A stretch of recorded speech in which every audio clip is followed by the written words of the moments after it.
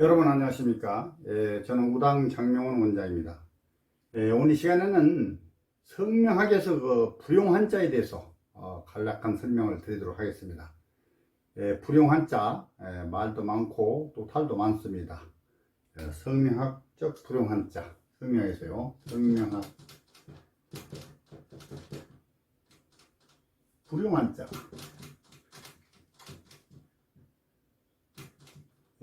장명을 하고자 하는 분들이나 현재 사용하고 있는 이름이 어떤지 궁금한 분들이 장명가에게 이름 풀이라면 불용한자라고 하는데 깜짝 놀라는 경우가 많으니 도대체 불용한자가 뭐길래 하는 의구심이 많을 줄 압니다.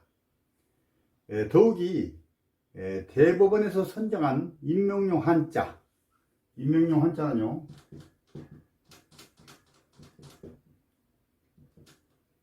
8142자입니다. 현재 우리나라에 1991년 4월 1일부터 법이 제정돼서 시행을 하고 있습니다.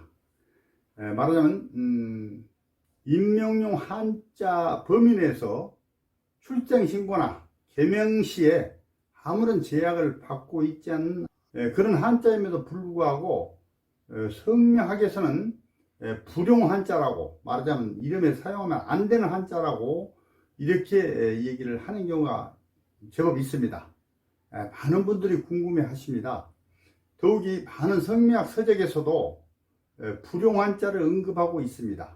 특히 중요한 것은 이런 모든 기본 원칙과 사주에도 좋은데 불용한자가 있어 불리하다고 하여 꺼림칙하게 생각할 수 있을 것입니다. 따라서 불용한자 유래에 대해서 제가 먼저 간단히 써가면서 말씀을 드리도록 하겠습니다. 지우겠습니다. 불용한자 유래.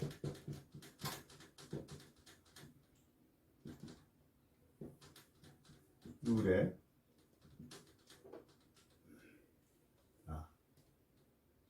제가 한 10가지로 이렇게 논해서 설명을 드리도록 하겠습니다.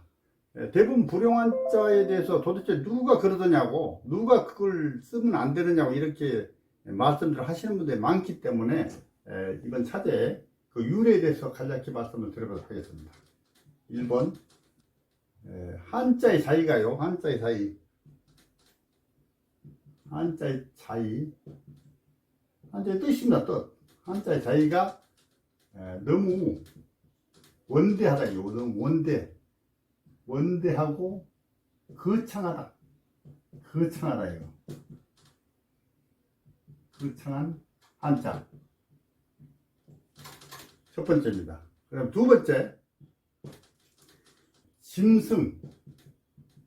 짐승이나 식물.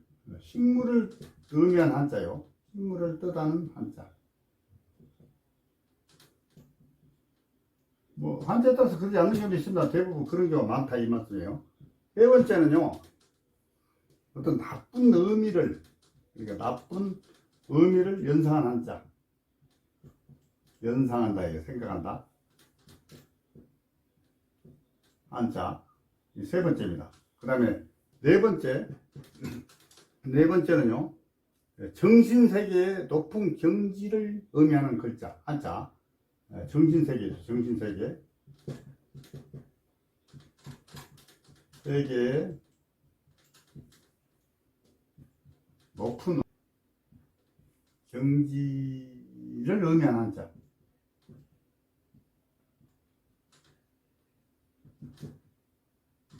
한자. 네 번째입니다. 다섯 번째는요, 다섯 번째. 불길한 뜻이 있는 한자. 불길한 뜻의 한자. 말하자면 사자가 필요한데 죽을 사자 넣으면 안 되겠죠. 그리고 주자가 필요한데 술주자를 쓰면 안 되겠죠. 사자나 주자도 임명용 한자에 포함되어 있어요. 아까 8142자라고 했죠. 우리나라 임명용 한자 8142자. 그 안에 포함되어 있죠. 그런데 또 사주에도 기운에 맞다고 해서 사자가 필요해서 죽을 사, 말하자면 또 주자가 필요해서 술주자 이렇게 넣으면 말이 안 된다. 불길하다. 그걸 의미하는 예를 들자면 그렇다. 그 다음에 그 과거 기생 또는 등 천직에 종사한다. 천직에 물론 뭐 직업의 규천은 없겠습니다만 천직에 있었던 그 사람의 이름으로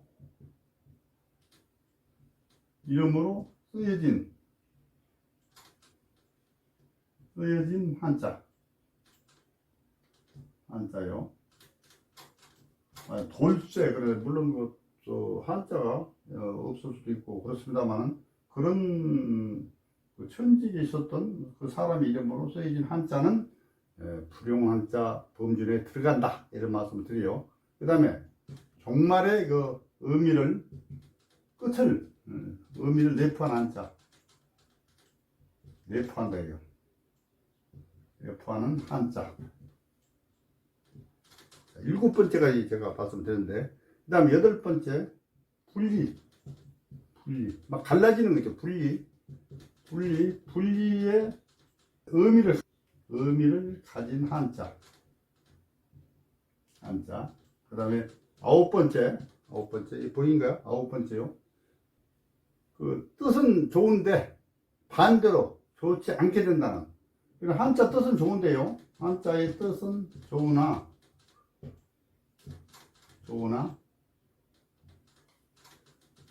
반대로 좋지 않게 된다는 그런 한자들이 많이 있습니다. 좋지 않게 된다는 한자.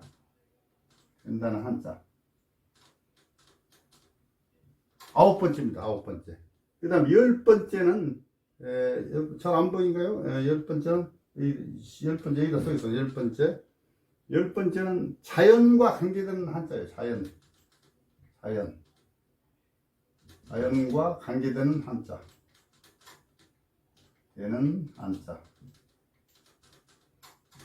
말하자면 산 이런 거, 강 이런 거 다 불용한자 해야 되는 거죠. 산, 강 이런 게 굉장히 쓰시는 분들 많이 있어요. 근데 그 자연과 관계되는 한자는 되게 불용한자에 포함이 된다. 이상 이렇게 10가지를 제가 말씀을 드렸어요. 이 범주에 속하는 그런 내용의 한자, 그런 유래가 있다. 이렇게 말씀을 드려요.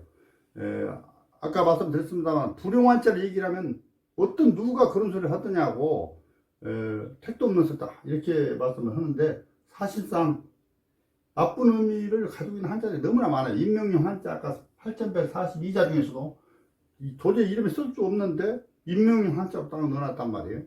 나쁜 의미의 뜻을 가지고 있는 여러 가지 한자들도 있는데, 상당히 한자 뜻이 좋음에도 불구하고 이름에 쓰면 안 되는 한자도 많이 있어요. 전통적으로 내놓은 게 있습니다. 그래서 장명가들은 이런 한자들을 잘 자료를 수집해서 알고 계셔야 돼요. 그래서 장명가님 자체가 이 불용한자를 모르시기 때문에 간혹가다 실수를 크게 한단 말이에요. 근데 그런 분들이 이제 불용한자를 받고 이름을 그대로 쓰시면 되는데, 행여 이제 저희 카페나 이렇게 저희 홈페이지에 무료로 이름 풀이를 해봤더니 다른 것도 나쁜데 불용한자가 있습니다 하면 웃기는 거죠. 말하자면요. 그분 장명가 자체도 모르는 한자를 불용한자인지 뭐 제대로 된 한자인지 모르고 사용했다는 얘기입니다. 그러니까 장명가님들은 먼저 이런 내용들을 소상하게 자료를 수집해서 알고 있어야 됩니다. 불용한자 유래에 대해서 제가 말씀드렸고요. 일부 그 성명학자들이 아까도 말씀드렸습니다만 자기가 모른다고 해서 무조건 불용한자 구시대적 발상이다 이렇게 얘기를 하시는 분들이 계세요. 성명학에서는 그 불리하다는 통계 이론이 있음에도 불구하고 몰랐다 이런 얘기예요. 몰랐다. 그래서 그런데도 이제 불구하고 아주 특별한 경우에는 사주에 꼭 필요하다 했을 때는 사실 사용하는 경우도 있습니다. 대부분 그런데 나쁜 통계가 훨씬 많다는 거예요. 그래서 의외로 성명학적으로 나쁘다는 이름이나 불용한자를 사용하시는 분들이 우리 주변에 많은데 사회적으로 돈 벌고 잘 나가는 성공한 사람을 하더라도 일생을 살아가면서 인간이란 행복 기준이 각각 다르고 한 가지 고민 없는 사람이 없듯이 말로는 행복하다고 하면서도 내면에는 여러 가지 어려움이 있는 것입니다. 따라서 불용한자란 사용하지 않았다면 더 좋았을 것이며 사람에 따라 쉽게 풀릴 일이 다소 어렵게 풀리는가 하면 불용한자가 의미하는 나쁜 내용, 예를 들자면 부부궁을 해롭게 하는 한자가 있는데 하필이면 그 당사자의 사주에도 부부궁을 해롭게 하는 그런 사주 내용이 있단 말이에요. 그런 경우에는 어느 시기인가 10중 8구 그 어려움을 겪는다고 해석을 합니다. 제가 결론을 말씀드리자면 불용 한자도 불용 한자 나름이겠으나 이름에서 가장 중요하던 방금 말씀드린 사주에 맞는 경우에 과연 불용 한자 때문에 개명을 해야 하는가가 문제이겠습니다. 만약 장명가에게 불용 한자가 있다는 얘기를 들었을 경우에는 끄림직하게만 생각할 것이 아니라 지명도 있는 그 장명가에게 나의 이름 전체를 세부적으로 소상하게 감명을 해 보아야 할 것입니다. 그러나 그 신생아, 지금 막 태어난 신생아에 대한 이름이나 또 이름을 다시 바꿀 때 다른 요인을 위해서 바꾸는 경우도 많죠. 개명을 할 때 가급적 사용해서 좋지 않다는 불용 한자를 피함이 좋을 것으로 생각합니다. 그러기 위해서는 아까 말씀드렸습니다만 성명학자들이 성명학적으로 불리하다는 불용 한자에 대한 확실한 그 자료를 가지고 있어야 되겠습니다. 그리고 왜 나쁜지에 대해서 확실히 인지를 해야 설명할 수 있을 것입니다. 가끔 어떤 분들은 이름 감명 결과 이름의 여러 사항 중에서 맞지 않고 불용 한자도 있어 개명의 그 필요성을 제기할 경우에 어떤 사람은 무조건 기분이 몹시 언짢게 생각하시는 분들이 많아요. 그래서 오늘 이제 불용 한자, 다른 것은 다 좋아도 불용 한자가 있다. 근데 불용 한자 뜻이 대단히 불리하다. 이랬을 경우 과연 어떻게 하느냐? 아까 말씀드렸듯이 정통한 장명가에게 자신의 이름을 확실히 감명해보고 써야 될 것인가 말아야 될 것인가 그 결정을 해야 될 것 아닌가 이렇게 생각을 합니다. 다음에는요, 그 불용 한자에 대해서 이제 하루에 뭐 몇 개씩 이렇게 해서 제가 설명을 하는 시간을 갖도록 하겠습니다. 오늘 불용 한자의 유래에 대해서 말씀을 드렸고요. 결론을 또 말씀을 드렸습니다. 이상 마치겠습니다.